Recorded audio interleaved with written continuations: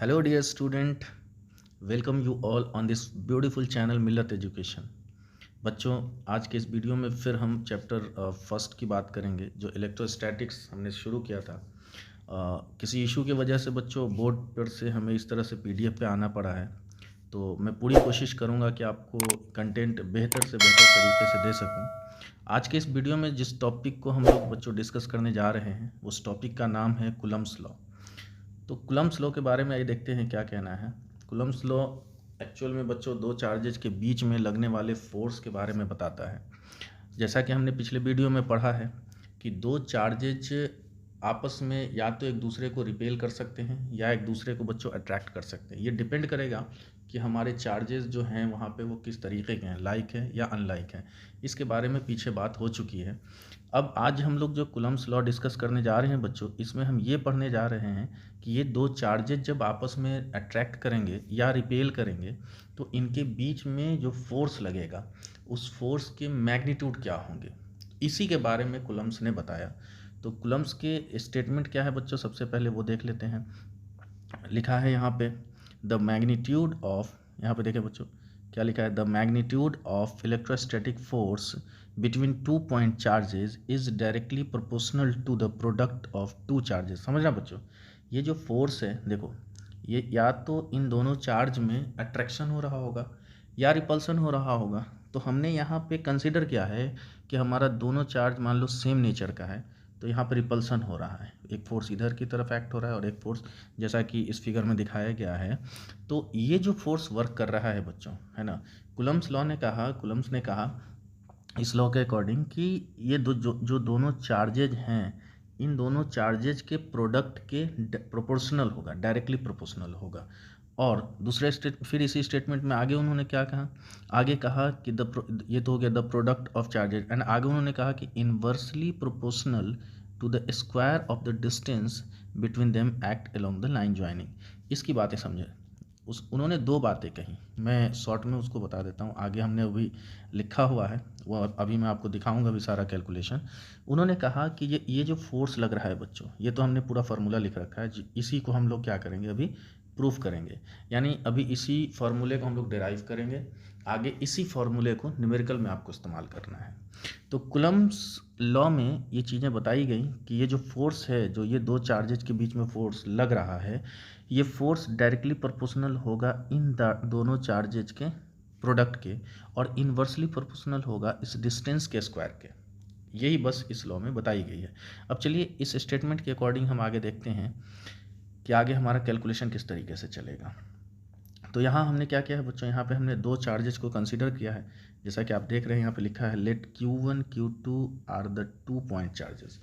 Figure में हमने दिखाया कि हमने Q1 और Q2 दो चार्जेस को लिया है और उनके बीच का डिस्टेंस कितना है बच्चों, R, ठीक है, and R is the distance between them according to Coulomb's law. Coulomb's law ने क्या कहा,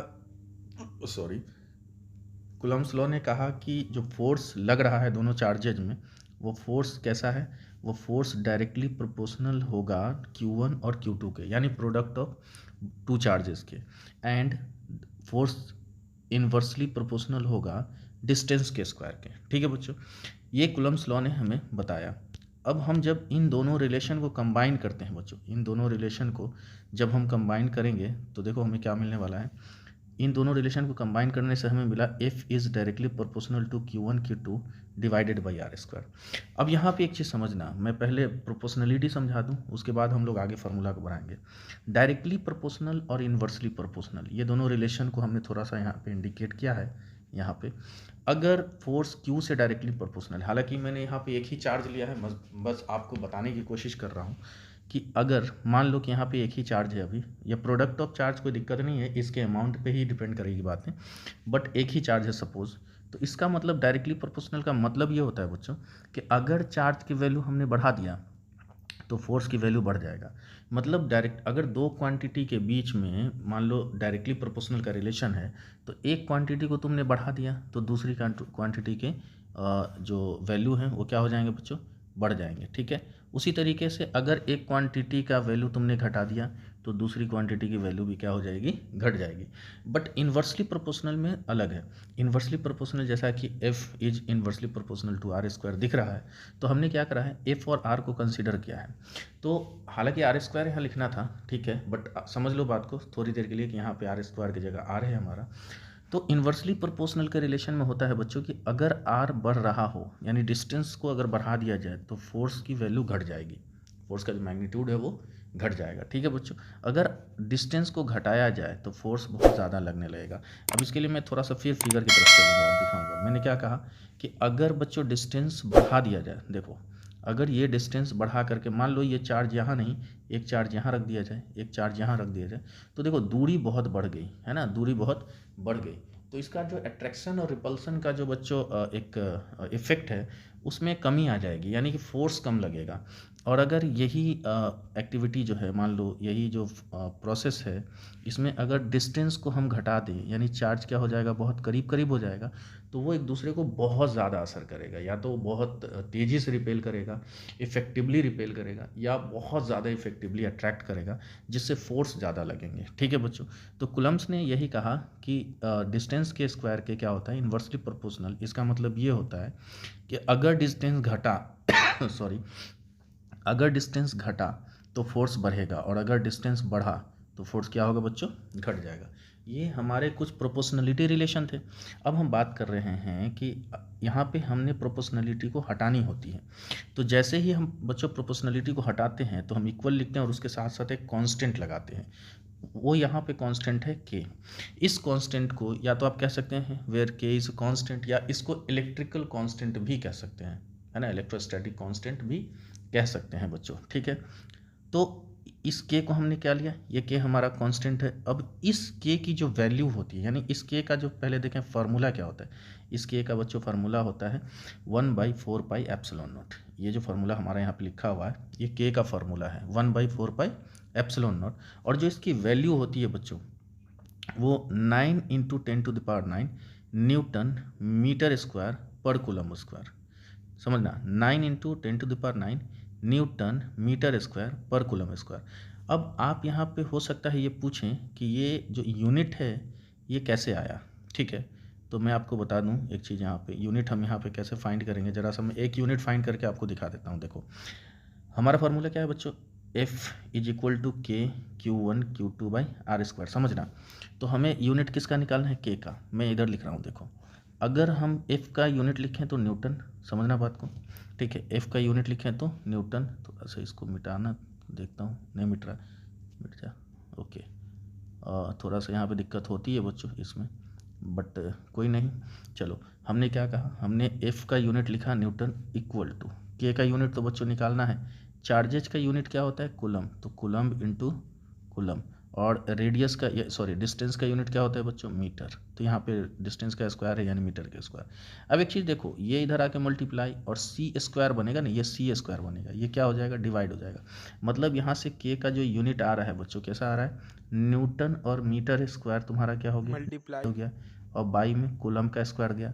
अब इसको बाई से हटाएंगे यानी कि डिनोमिनेटर से हटाएंगे तो लिखेंगे क्या, न्यूटन मीटर स्क्वायर, और कूलम का पावर में माइनस लगा देंगे। देखो यहाँ यूनिट वही है। ठीक है बच्चों, ये तो हुआ हमारा यूनिट किसका, ये के का यूनिट हुआ, कांस्टेंट का यूनिट हुआ। ओके, अब देखो जो के है, के की वैल्यू जैसे ही हम वहाँ पे रखते हैं, कहाँ पे, इस फार्मूला में हम जैसे ही के की वैल्यू रखते हैं तो हमारा फार्मूला तैयार हो जाता है। के की वैल्यू कौन सा, ये जो के का फार्मूला है 1/4 पाई एप्सिलॉन नॉट। हमने इस के को हटाया और यहाँ पे रख दिया 1/4 पाई एप्सिलॉन नॉट। ठीक है बच्चों, जैसे ही हम ये 1/4 पाई एप्सिलॉन नॉट रखते हैं तो ये एक हमारा फार्मूला बन के तैयार हो गया, F is equal to 1/4 pi epsilon naught Q1 Q2 by R square. अब यहाँ पे समझना, ये तो उस फोर्स के मैग्नीट्यूड की वैल्यू हो गई जो दो चार्जेज के बीच में लगने वाले फोर्स है ना। अकॉर्डिंग टू कुलम्स लॉ ये फोर्स की मैग्नीट्यूड की वैल्यू आपकी हो गई। जब भी आपको इस तरह के दो चार्जेज के बीच में न्यूमेरिकल आएगा तो वहाँ पे फोर्स के जिक्र होंगे, तो आप इस फार्मूला का इस्तेमाल कर सकते हैं। अब इसमें एक और नया चीज़ आ गया बच्चों, वो है एप्सिलॉन नॉट, है ना। तो देखो यहाँ पे एप्सिलॉन नॉट को बोलेंगे क्या, एप्सिलॉन नॉट होता है permittivity of free space, permittivity of free space. आगे हम डिस्कस करेंगे कि परमिटिविटी को कैसे डिफाइन करते हैं, परमिटिविटी होता क्या है, इसका इफेक्ट क्या है, ये तमाम बातें बच्चों आगे बहुत अच्छे से टॉपिक करेंगे इसके ऊपर और डिस्कस करेंगे। फिलहाल आप इसका नाम समझ लें कि इसको बोलते हैं परमिटिविटी। और ये जो नॉट लगा हुआ है ना बच्चों, जीरो, इस तरीके से जो इसमें जीरो लगा हुआ है, ये अक्सर लगता है फ्री स्पेस के लिए या वैक्यूम के लिए। आप इसे ये भी कह सकते हैं कि परमिटिविटी ऑफ फ्री स्पेस या वैक्यूम।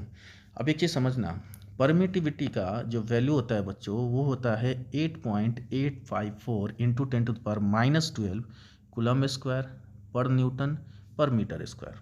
समझे? ये होता है एप्सिलॉन नॉट, इसकी वैल्यू होती है ना, इसकी वैल्यू एसआई यूनिट में। ये एप्सिलॉन नॉट फिर से मैं कह दूं, ये फ्री स्पेस के लिए। अगर किसी मीडियम की बात होगी तो बच्चों ये वैल्यू बदल जाएगा, ठीक है।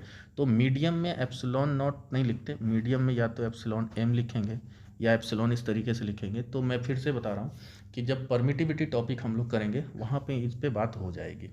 तब तक आप बच्चों इस टॉपिक को नोट कर लें अच्छे से, और इस टॉपिक के बारे में अगर कोई डाउट होगा बच्चों तो आप उस डाउट के ऊपर जो भी कमेंट होगा वो आप हमारे कमेंट बॉक्स में डाल देंगे। और अगर आप ये आपको ये वीडियो कन्वीनियंट लगा हो, आपको इस वीडियो से कुछ सीखने को मिला हो, तो बच्चों इस वीडियो को शेयर ज़रूर करेंगे अपने दोस्तों में, लाइक और सब्सक्राइब कर देंगे। और नेक्स्ट वीडियो को अगर आप चाहते हैं कि इसी तरीके से मैं आपको टॉपिक और कंटेंट दे सकूं, तो बेल आइकॉन को भी दबा दीजिएगा ताकि आपको नोटिफिकेशन मिल सके। ओके बच्चों, तब तक के आप स्टडी करें इस टॉपिक को। नेक्स्ट टॉपिक के साथ मैं नेक्स्ट वीडियो में मिलूँगा। तब तक के लिए गुड बाय।